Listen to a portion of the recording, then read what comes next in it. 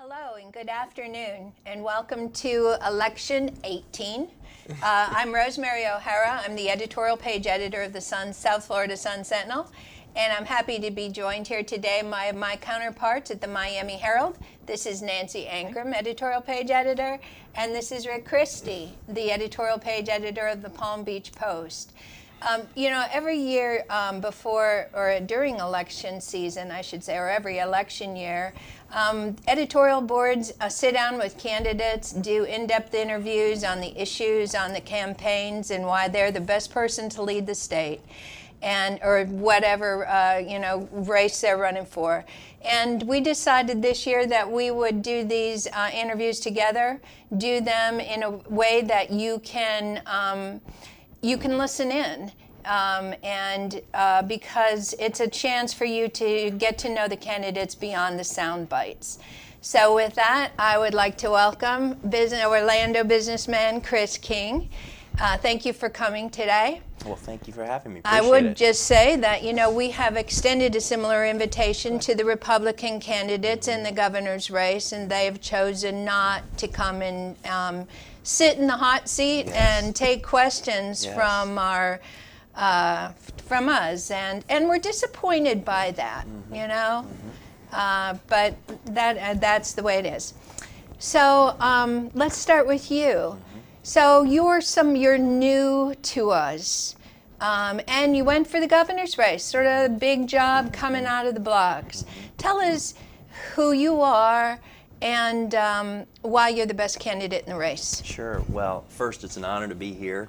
I appreciate this opportunity. I have now been running almost 18 months. We're 25 days from this election, and I think to your point about the Republican candidates, I believe this process has made me sharper and stronger, and my arguments and my understanding of what the people of Florida are concerned about by virtue of the fact that I've literally probably sat down for 100, 150 interviews like this.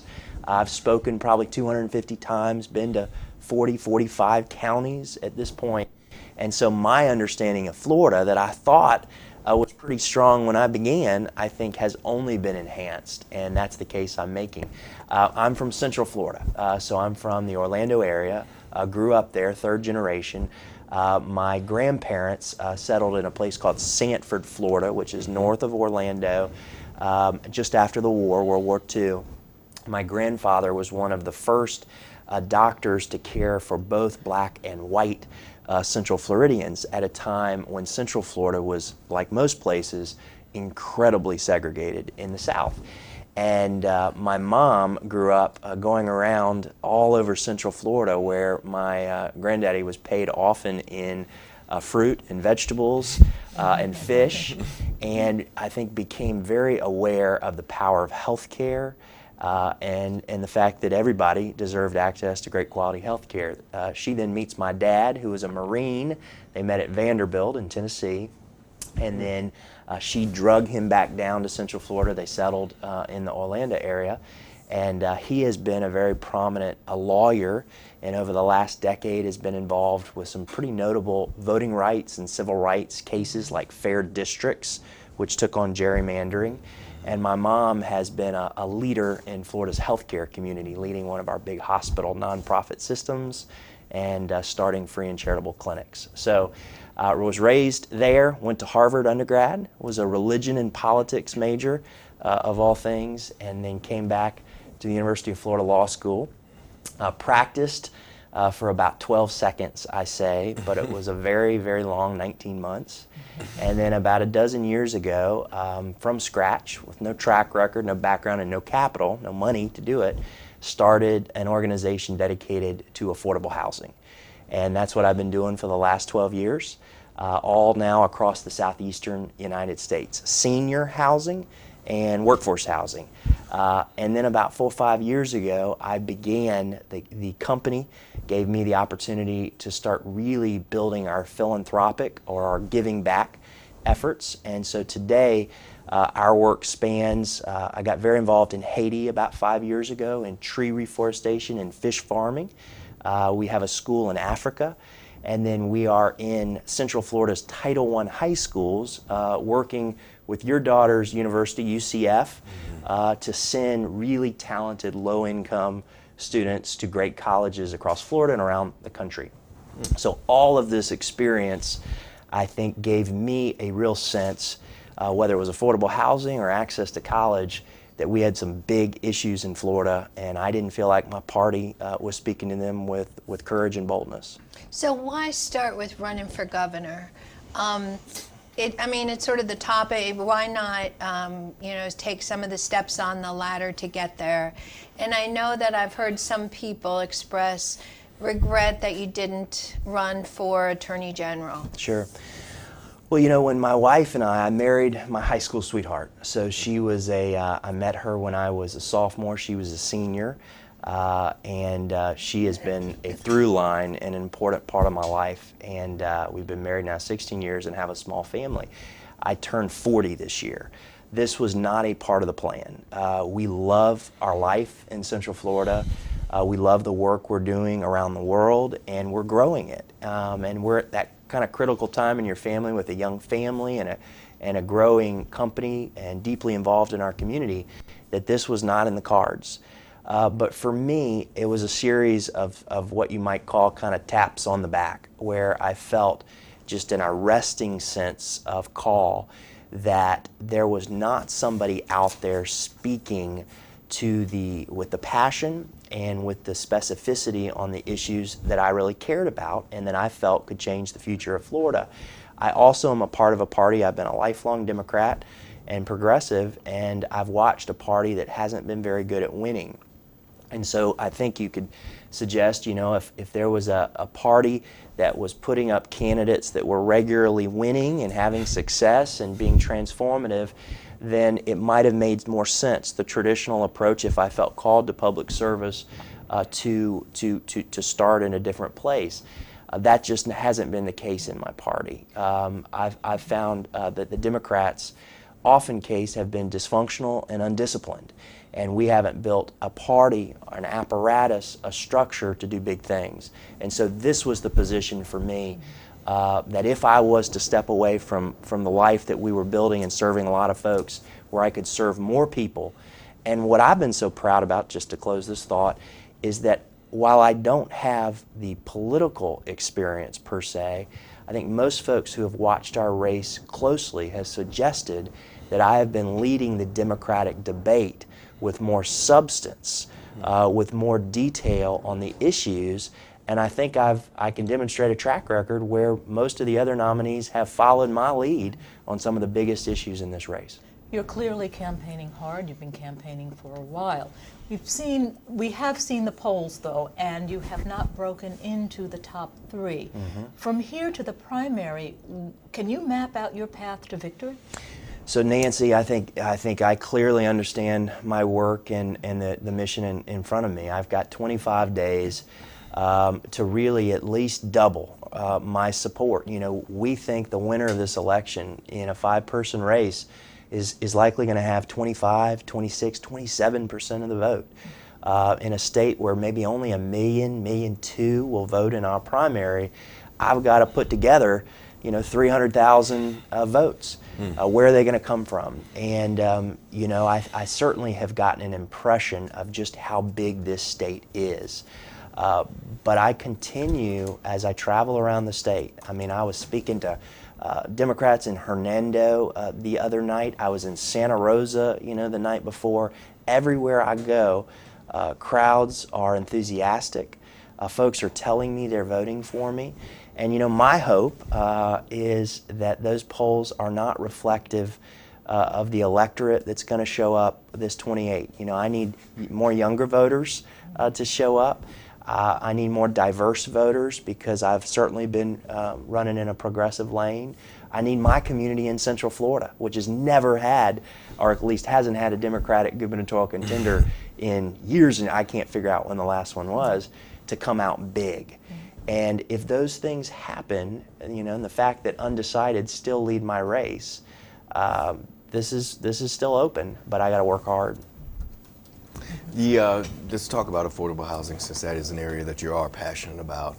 And the issue here in Florida, which seems to be getting worse in terms of affordable housing, workforce housing, and so on. Can you give us an idea of how you would attack that problem to help mostly a lot of people who are in the middle class who are being affected right now?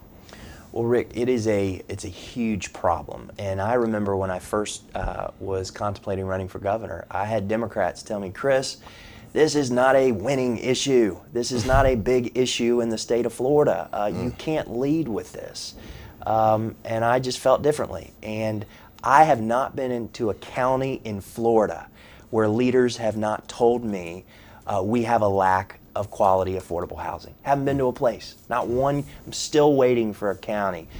You know, and being in Broward or Palm Beach or Miami, you know it well. But most people don't even appreciate if they've got a good home or a good income, they don't know maybe what a crisis looks like. But when a family, and we've got hundreds of thousands of families that are paying 50, 60, or 70% of their income in rent or mortgage, that's a crisis. And that creates a very weak economy, and you're creating a permanent underclass of families across the state. It's one of the passions of my life. And so this was actually directly connected to why I run for governor, because simply by winning, you know, a lot of folks say, well, Chris, you got some bold ideas. How are you going to do this if you've got this legislature against you? Affordable housing is the lowest level of difficulty to change the issue. Simply by winning, I will have the budget authority to stop the Sadowski raids in Tallahassee. Now, when I started this, nobody knew what that meant. But what I explained was we have an affordable housing trust fund. Outside of the editorial boards, I don't think you know, the regular voter knows anything about this.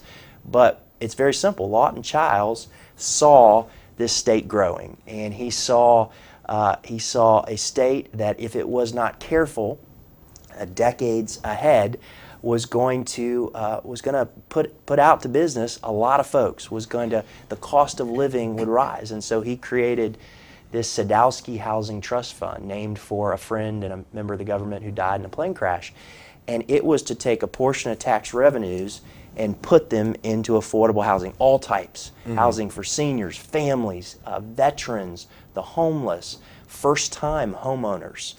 So all types of housing. Most people think affordable housing and they just think one thing. This is everything. The problem was early in the Jeb Bush era, he began taking money and seeing if anyone would have a problem with it from that fund. And then the next year, he took a little bit more, then a little bit more. Well, by the time we got to the Rick Scott era, they were sometimes taking 250, 300 million a year. So to date, they've raided $2 billion from the Affordable Housing Trust Fund. And that money is actually stretches. It leverages private dollars out in the marketplace 3 or 4 times. So bottom line, it's had a dramatic impact. Simply by winning, I will be able to invest nearly $1 billion in public and private money. I feel like I know more about this issue than anybody running for governor, and I want to be the nation's most innovative housing governor. Okay. So our budget grew, the state budget grew by $6 billion this year, which is just it's what I think $86 billion now. And it's like, wow, where's all that money going? Especially when you hear that Tallahassee wants to, not grow the size of government and, fiscal responsibility.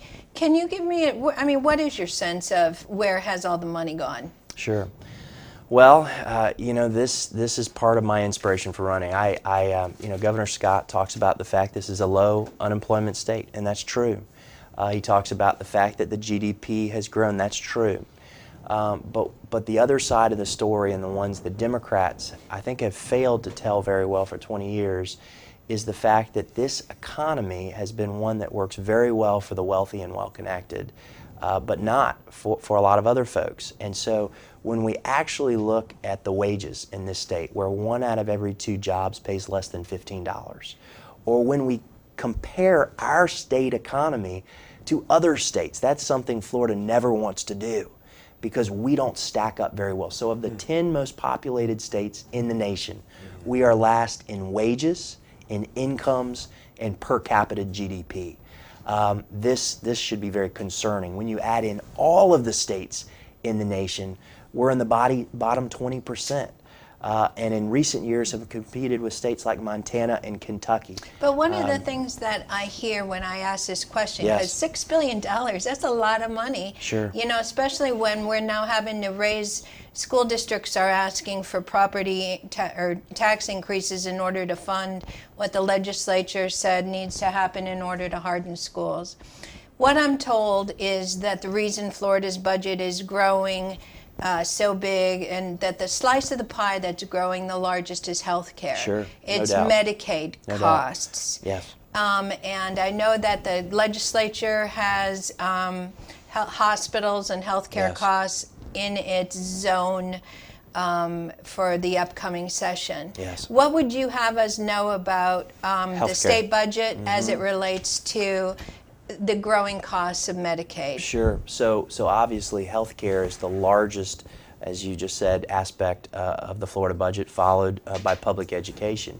But you know, what I've argued is that this is a state now with 2.5 million people who don't have access to a doctor who knows their name, don't have health care. This goes back to my grandfather and my mother, and I don't think that's good for our economy or our families. And one of the things we haven't as Democrats been able to make this case effectively is that when we did not take Medicaid expansion in 2015, something that the business community, the faith community was behind, the Republican Senate, when we didn't take that, this cost us billions of dollars.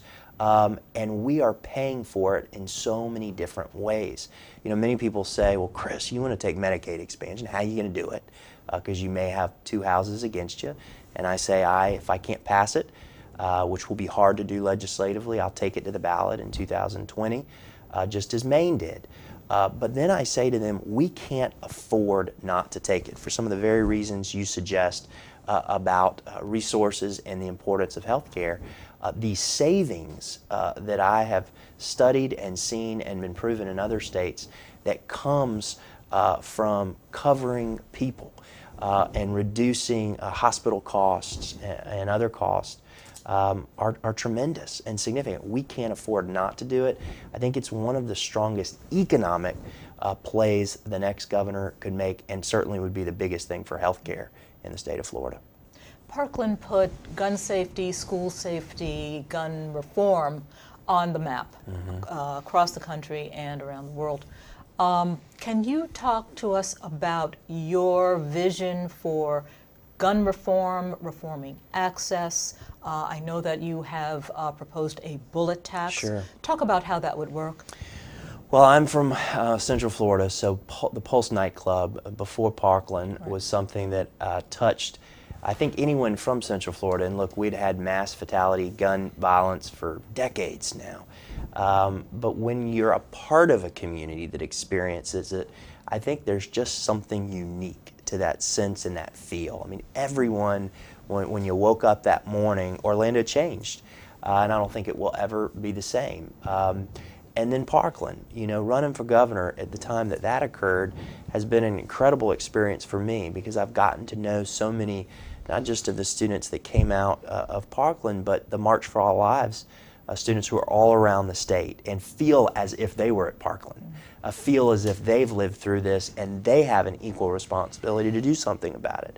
And you know, what I've taken from them is that they are so frustrated by the lack of action, by the stagnation in our politics when it comes to gun safety. And they had and demonstrated to me the best example of political courage we've seen in Florida probably in 20 years, because that was the first time we saw any sort of gun safety bill passed. There were things I liked, things I didn't like. But they did something everybody would have said 6 months, a year ago was impossible. And that's the spirit where I come to my policies. I know an assault weapons ban is going to be difficult in Florida.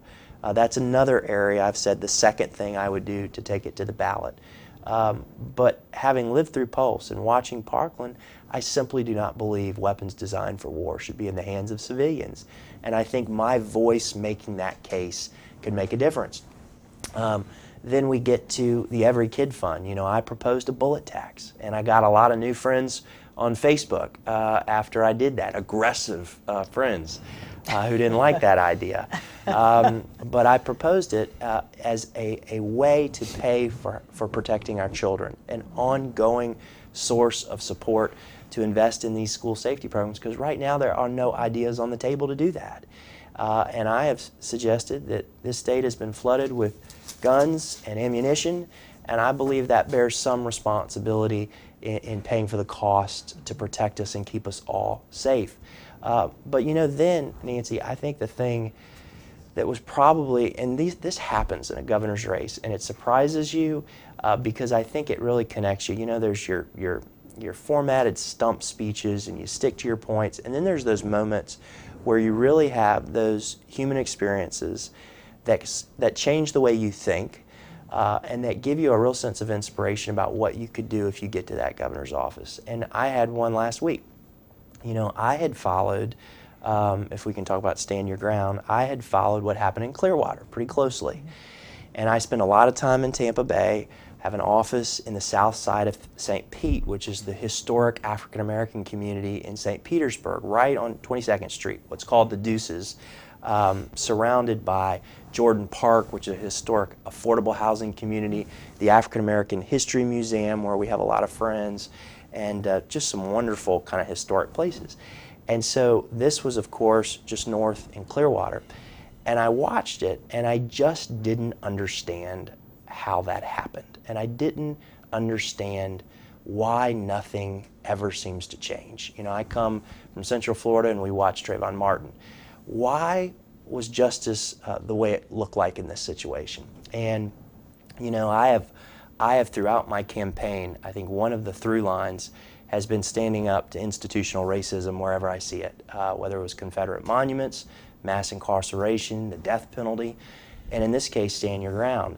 And I felt called to go to Clearwater. I didn't know where this would go, and it kind of went farther than I could have even imagined. But I went to Clearwater, and I met up with faith leaders and community leaders, and in front of the Dr. King Center there, you know, I said what now a lot of Democrats are saying. I said, we've got to repeal stand your ground. This doesn't make sense. It's not safe. But then I think I said something that surprised everybody, maybe even surprised myself. And then since that point, based on saying that, the family invited me to the service a couple days later, and I got just an in-depth look at a family through this process. And then I spoke at a church the very next day, and they came, and I got the opportunity to speak right to them. But I think why we connected is I said this. I said, you know, I am here for Marquise McLaughlin, 28 years old, because when I studied this situation, Marquise had 3 children when he walked out of that convenience store that day in Clearwater. I have 3 children. He had 2 sons. I have 2 sons. He had 1 daughter. I have 1 daughter. And his children were spaced equally as are mine, the same way. And you know, I said, I truly believe, this is my opinion, but if Marquise had been white, or if Marquise had been Chris King, and I had walked out of that convenience store that day, and my oldest son Charlie had been with me in the store, and my youngest Luke and Mary Grace had been in the back seat of that car, my wife of 16 years, Kristen, had been outside of the car, and a man, be it a black man, a Hispanic man, a white man, had been pointing his finger and speaking harshly to her. And if I had in that moment, whether I was feeling a sense of protection or anger or whatnot, pushed him down, and he had shot and killed me, I believe that the state of Florida would be on fire about it. I believe it would be a national outrage. And I believe justice would look and feel very different. And so I'm always... Do you think the sheriff would have made an arrest? There's no doubt in my mind from what I see. You know, I'm so respectful of law enforcement. I think our party often can get that wrong sometimes. But I've also said to law enforcement, I'm going to speak with moral clarity when I feel like this doesn't look right or feel right. And I think that's the voice of a governor. That's how I can change things. Institutional racism and reconciliation is one of my passion areas. It always has been. It's been my life story, and I intend to use this office to do good work there. When you say your party's gotten it wrong sometimes, how has it gotten it wrong? Well, I would suggest that we're sometimes willy-nilly, or in the sense that there are the language we need to always, and I believe it's appropriate and it's professional, is that the vast majority, the super majority of people that dedicate themselves to law enforcement, our first responders, our fire services, are great people who are putting their life in danger and for the betterment of all of us. But there have been times, and in recent memory a lot of times, and there have been cultural components. There are a lot of my friends in the south side of St. Pete or in parts of Orlando that talk about decades of what law enforcement looked and felt like if the color of your skin was different than mine. And I think often we haven't had a leader who could speak honestly, transparently, and fairly when there were situations that didn't seem right. But also be respectful of the people who are doing the best they can. I think we've often had a hard time getting that balance right. How do you plan to work with a Republican legislature and to get some of the things done that you're talking about, particularly when you talk about stand your ground, or Sure. repeal of stand your ground, in sort of a law and order state, Yes. you know, where you kind of have to be for law and order to Yeah. even get elected, I think, in Florida sometimes, and with the legislature in the throes of the NRA. And even when you look at education and public education, what action are you prepared to take to get some of these things done? Sure. Well, I think first and foremost, it's about temperament. I am somebody who's always been someone I think that wears well over time. I want people to like me more the second time they meet me or the third time they meet me. And I feel as if the Republicans... You've been up to Tallahassee, though. I've been up to Tallahassee, Okay, and I all right. know, Sometimes, I okay. understand the cultural... In fact, you'll appreciate this. My third day as a candidate, our team took me up to speak to the Democratic delegation in Tallahassee. And I recognized that some of my sort of high-minded idealism, you know, was going to take some time to sink in. Okay. And so I appreciate that. I appreciate the culture there. But you know, I believe I'm a culture changer. I've always been wired to be kind of that change agent, and so my job will be able to find relationships on both sides of the aisle that can come together. I would argue stand your ground is low-hanging fruit in the gun safety debate. I think law enforcement and some key Republicans combined with Democrats, I think this is something we could change. I genuinely believe that. And I'm hearing that from law enforcement across the state. You know, affordable housing, which is, you know, some folks think this is a progressive issue. You know, I talk about that with the Florida Chamber of Commerce, who now has identified that as one of our state's greatest economic challenges. And I've had Republicans who were in those sessions who were raiding those funds say, Chris, we didn't know what we were doing. We did not know how this was impacting our state. And so I think the way I hope that I communicate, that I build bridges and build relationships, that I don't, you know, I think if you even ask the other 4 people that I'm running against, you know, who do you really like in this race? Because they've seen me up close and personal. You know, if you can't, you know, you should ask them, if you can't be governor, you know, who would you like? Who have you come to respect the way they think? I think I may have some votes. Okay, well, let me ask you that. Yeah, who do I like? If you can't be governor, who do you like? Sure. I guess I got myself into that predicament. Well, you know, there's been 2 candidates I've gotten to know. As you followed the race, so you know this. For the better part of this campaign, I've been campaigning with 2 other candidates. You know, so Gwen Graham and Andrew Gillum, and I've said in a debate, you know, I've probably spent more time with Andrew Gillum than my wife in the last year because we're all over this state, and he and I have been campaigning very, very hard in some of the same places. And so I think for different reasons, they are both, I think, will become lifelong friends. So Andrew, is one of the strongest, I think, leaders I've come across at communicating, at connecting, at inspiring, at bringing our democratic values into the mainstream and making them come to life. And I think he's made me a sharper, smarter candidate. Okay. Gwen has a warmth and a goodness that I think is real, and I think you know, I've adored her father. I talk about the 4 great Democratic governors. Her father is my third in that: Leroy Collins, Reuben Askew, Graham, and Childs. And you see that sense of service and commitment to service that she's had since she was a little girl. And she, in fact, I'll never forget, and this was a moment I'll always remember about Gwen. We were down protesting at Homestead, right? Remember the child separation protest, where the Democratic candidates came together and tried to just shine a light on the issue in Florida. And I took my daughter, Mary Grace. Rarely do my children attend. They're young. We've tried to keep them kind of out of the melee. But Mary Grace, my 9-year-old, has shown a great interest. She goes to the women's marches and everything. And so she came. And Gwen was the candidate that just really made an impression on Mary Grace. And she was kind to her. She was interested in her.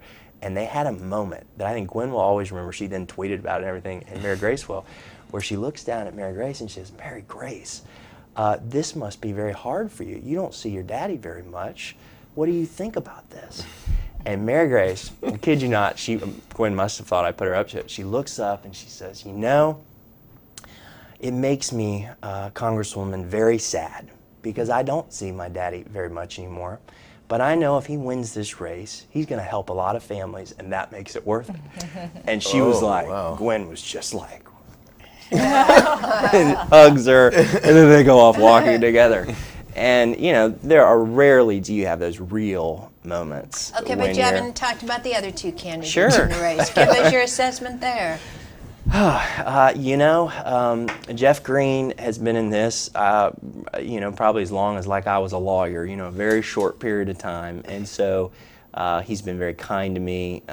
His team has been very kind to me, but I don't know him. I don't know. And last night, you know, where I would disagree, and I'd say this to him, you know, I believe that his major message or argument, you know, a message that I have just been trying to refine and get right and make sure I'm serving the needs of the people of Florida, is basically, I'm a very successful guy, and he is. He's incredibly successful, at least financially. And I got more money than everybody else, and I'm going to use it to win. Mm-hmm. And, you know, that might be right. That he may be correct. But I don't think that's good. Like, that doesn't inspire me. And, you know, hopefully his message he'll expand it to more things. But, you know, for me, it's kind of like being in a relationship, or marrying my high school sweetheart. You know, you marry for love. Like, I want people who vote for me to lift me up and say, we care about this guy. You know, he cares about us. We care about him. And I don't think I can buy I just can't. I can't do it figuratively or literally. And I think that's a structural challenge, because it's artificial in a way, right? Because it may work once, but you don't build a relationship or a movement long term that would change our party or our state by taking shortcuts. Mm-hmm. You know, Mayor Levine, I hope in the days ahead we will build a better relationship. I think that's probably one we haven't really connected. I think he's maybe been less interested in connecting with the other candidates than maybe the rest of us. But I've kind of taken the role in this race, whether it comes with any reward, it's yet to be determined, where I've said I think I'm supposed to speak out and up and speak truth to power when I feel led and when the facts lead me that way. And, you know, I was the one early in this race, I think in our second debate, after a lot of soul searching and a lot of thought, that said Mayor Levine is another incredibly successful guy. And he brings a lot to the table in this race. But my concern in him being our leader was the fact that as I studied his record of service, I saw a temperament. I saw a pattern of being pretty hard or harsh on people who disagreed with him. And I really studied what happened after there were some objections or concerns related to his environmental plans in Miami Beach. And I was looking less at the substance of those objections and more at how he responded and the way he attacked journalists. I was just looking at Jim Acosta being attacked the other day, which seems to be in the water these days. The way he really went after scientists who had differences of opinion with him, the way he berated citizens in public, to me, created some long-term challenges if in fact he would get in this office, because I think if there's one thing I've come to appreciate in my life story, businesses, everything I do, I found when you keep your cool, even when people are being ugly to you, when you keep your cool and you treat people with kindness, that doesn't mean you're weak, it doesn't mean you're not tough. People have made mistakes when they have mistaken my kindness for not being tough. But I think it wears well, and I think it's the type of temperament that can lead a state as extraordinary and diverse as Florida. You've involved yourself in education here on the African continent. Can you talk about what your involvement with schools, with scholarship programs, with sending at-risk kids to school, what have you learned that you would apply to how you think public schools should be administered, funded? Talk about charter schools also in their place. They are popular. Can you talk about that, please? What you have learned? Yes. Yes. It was really by accident that led me into this work. I think in two words, the lesson I've learned is opportunity gap. So probably 5-6 years ago, I opened up the Orlando Sentinel one day and I read about a young man, Haitian, he never had his father, lost his mother early, was being raised by his sister, and he was the student body president at a very large Title I school in Central Florida. He was smart, he was handsome, he was so talented, and it was an article about him doing a community service drive in the community. And I just said, this is somebody I want to know. And through a long series of events, we got to know him, and he was extraordinary. And he was the genesis now of a program where we're in all of Central Florida's Title I high schools, growing every year, working with the largest state university. And we come in and we try to identify students who have big dreams, but who don't really have a pathway of opportunity and need an advocate and need a champion at a really detailed level. So we're working with students as early as their freshman year, and I kind of say it like you've heard about legacies at these elite colleges, where these families that have gone to the Ivy Leagues or the Dukes or the Wake Forests, it's just like a pipeline to those places. I said I want to build a legacy organization for these types of students where they have every resource available to them to achieve their highest level of talent. Because what I found in this process, Nancy, was that talent was equally distributed, opportunity was not. And at so many of our Title I high schools, let's say you have a young man who wants to go to Wake Forest or Duke, but you've got to have AP Calculus to go. Well, in a lot of our Title I schools, they can't get AP Calculus teachers to their school. So I developed, I think, a granular understanding that now I got to make a little more high level, that depending on where you go to school, it really creates a whole different level of opportunities. The issue is often called undermatching, not matching to the school that your talent has prepared you for. So for me, that has really been my inspiration for free community college and trade school. There are those who say this is just a wild and crazy idea, and I say you don't know what you're talking about. This is not a liberal idea. This has been done in the state of Tennessee. I model my plan after a plan that was passed by a Republican governor and legislature who said this was one of the biggest educational ideas to increase opportunity and one of the greatest economic ideas to lift wages. And, you know, for me, I have not seen another candidate, this goes back to why governor, that has provided a very basic and yet very simple idea that could have as much impact as an idea like free community college and trade school in Florida. How do you pay for that? Sure. So that's deeply connected to another big area of passion for me, which is criminal justice reform. In other words, I want to dismantle what's often been called the school to prison pipeline, and I want to build a new pipeline of opportunity in public schools and free community college and trade schools. So I start with this, and this is where I got to be a culture changer. Because most people outside, if they haven't been touched by the criminal justice system, they don't fully appreciate this. But again, in my work over my business and philanthropic life, I've been working in prisons. And what I came to appreciate is that Florida is now a national leader in locking people up. We've doubled our rates of mass incarceration since 2005, and we're spending billions of dollars. In my view, hurting families and hurting our economy. And so I came out in May and spent about 11 days traveling the state.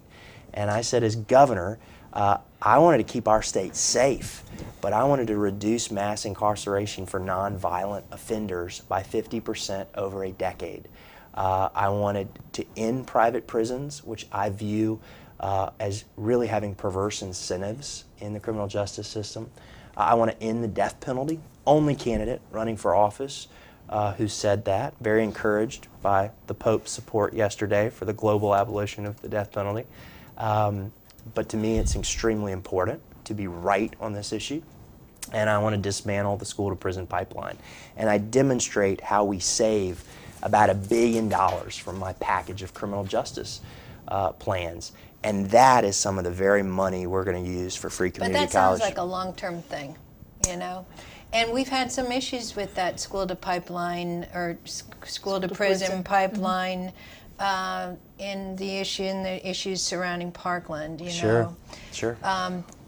So I guess, you know, if you were elected governor and you have a legislature that has actually taken money away from community colleges rather than put more money into them, Sure. How would you, in your first year, you know, or second year or first term, make free community college Well, you know, we think, happen? based on looking at Tennessee or Rhode Island, this is between, depending how we structure it here in Florida, between $150 and $250 million type initiative.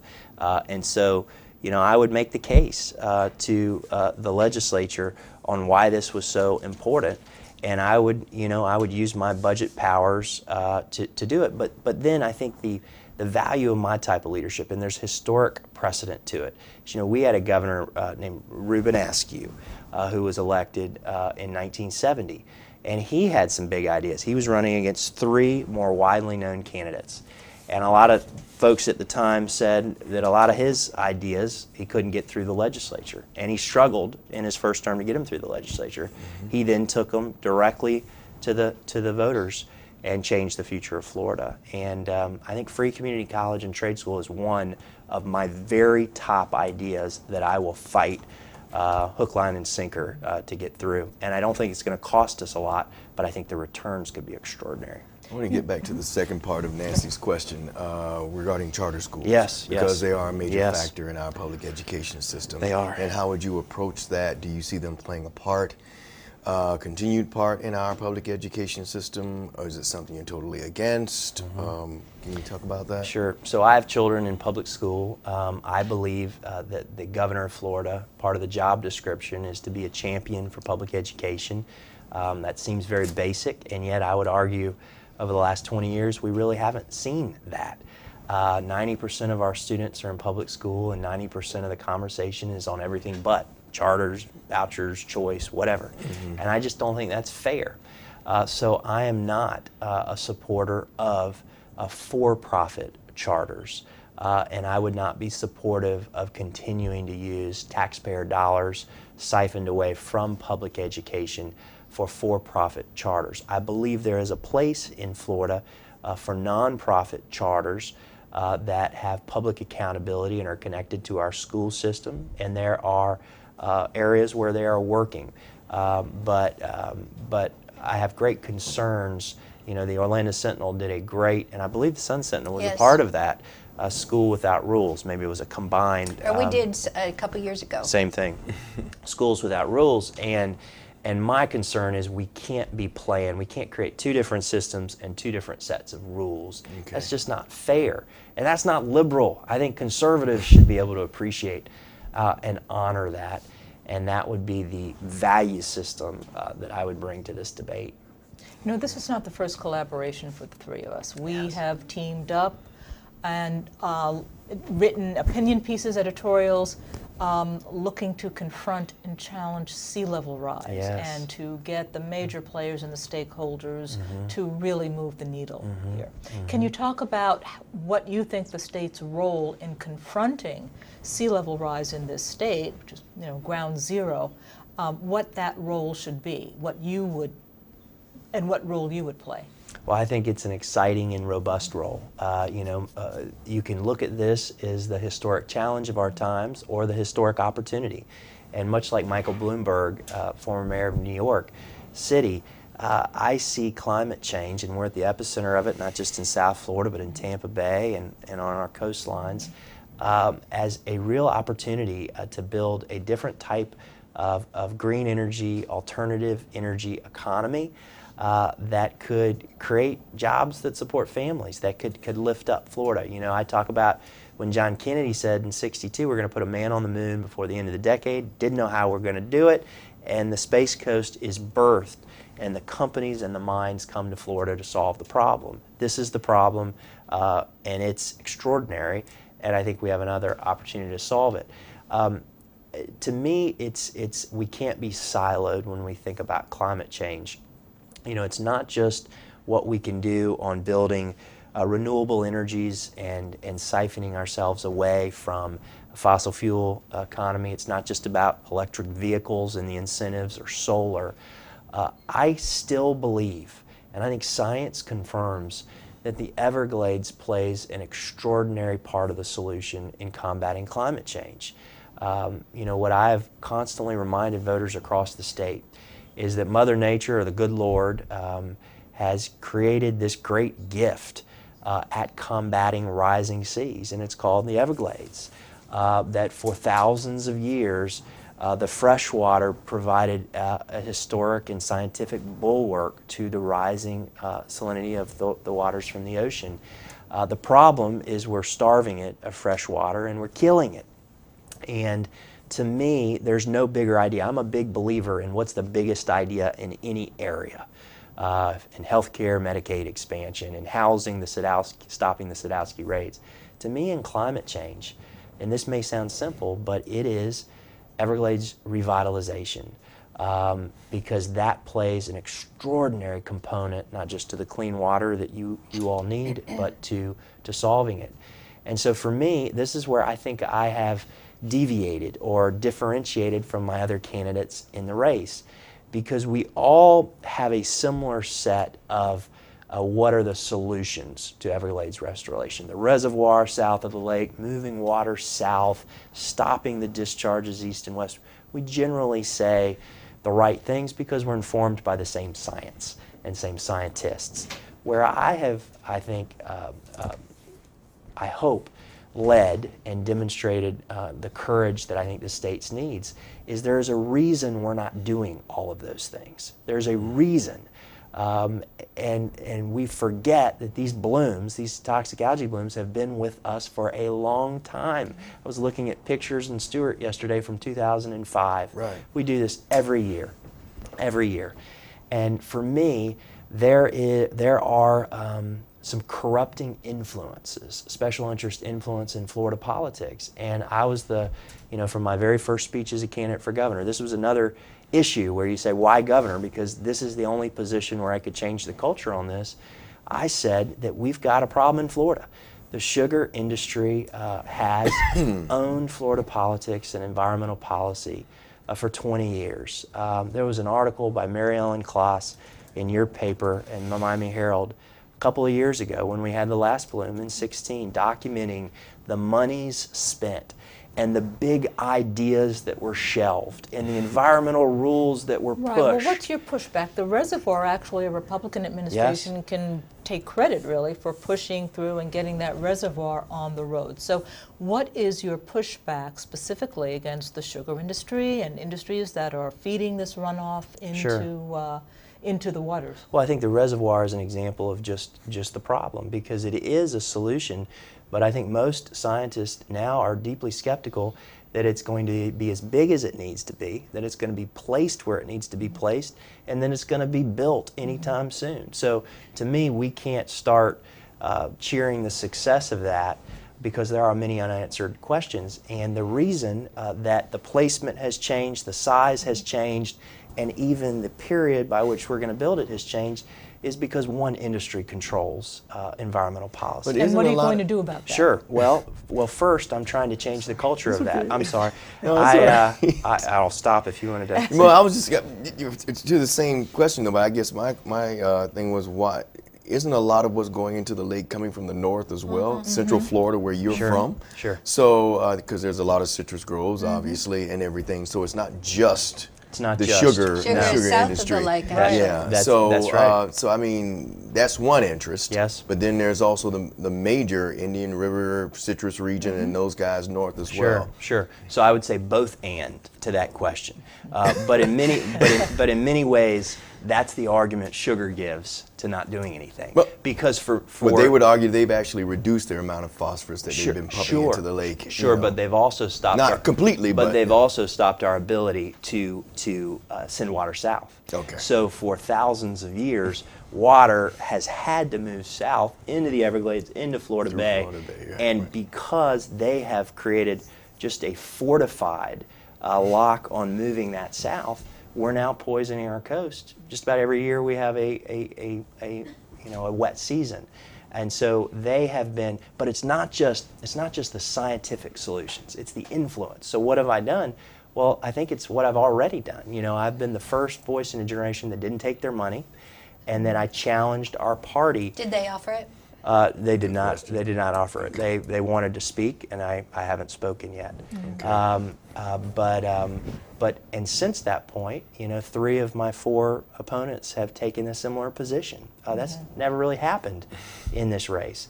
You know, I got a Republican on the other side that probably is the next most robust in making these arguments. I've got leaders all across the state of Florida running for State House and State Senate who before were taking a lot of money and essentially doing whatever they were told to do, who are now saying, okay, we're going to look at these issues with new and fresh eyes. So I think that's an important part of fixing these problems. We haven't fixed them for lack of solutions. That's the key point. We're going to have to wrap it up. You know, one of the things, and I'm going to ask you, you know, just to kind of talk into that camera and make your case. And, you know, one question is like, it's been 20 years since we've seen a Democrat be elected governor of Florida. And, you know, I'm not sure why that is. I'd be curious to know. But if you would, you know, tell our audience why you, I'll leave it at that. Sure. Well, first, thank you so much for having me, and thank you to the Herald and to the Sun Sentinel and to the Post and to the work you do to share the stories in Florida that make such a difference. I am so excited in 25 days to have the opportunity to be the Democratic nominee and take this state in a different direction. You know, what I would say the problem is, because this is a party that has lost 21 of 25 statewide elections since 2000. The last time we won this race was in 1994. I was a freshman in high school. And you know, I think part of the problem is one I'm up against even this year. There is a gravitational pull to what's safest, to what's easiest, to what is politically possible, to what is most likely to happen. We see that at every level of influence. Folks who give money in the political process, folks who write editorials, folks who make endorsements. In Florida, we have a problem I believe, particularly in our Democratic Party, with saying we've got to set big, high expectations. We got to dream again. We got to swing for the fences. We've got to win the contest of ideas. Ron DeSantis, who now looks like he is to be the Republican nominee, is going to be very hard to beat. He's going to have a president behind him. We only beat Ron DeSantis if we can give the people of Florida a vision of hope and inspiration that fixes their problems.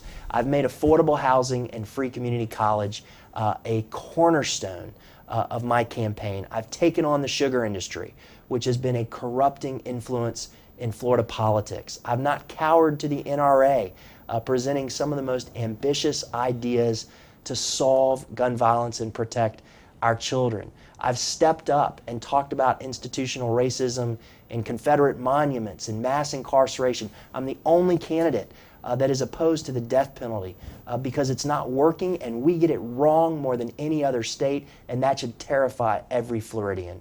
We can win this election, but more importantly, we need to be transformative when we win it. I'm Chris King, and it would be an honor to serve you as the next governor of Florida. Thank you so much for having me. Thank you so much for joining coming us. in. Thank you. It's a pleasure to talk to you. Thank you. Okay. All right.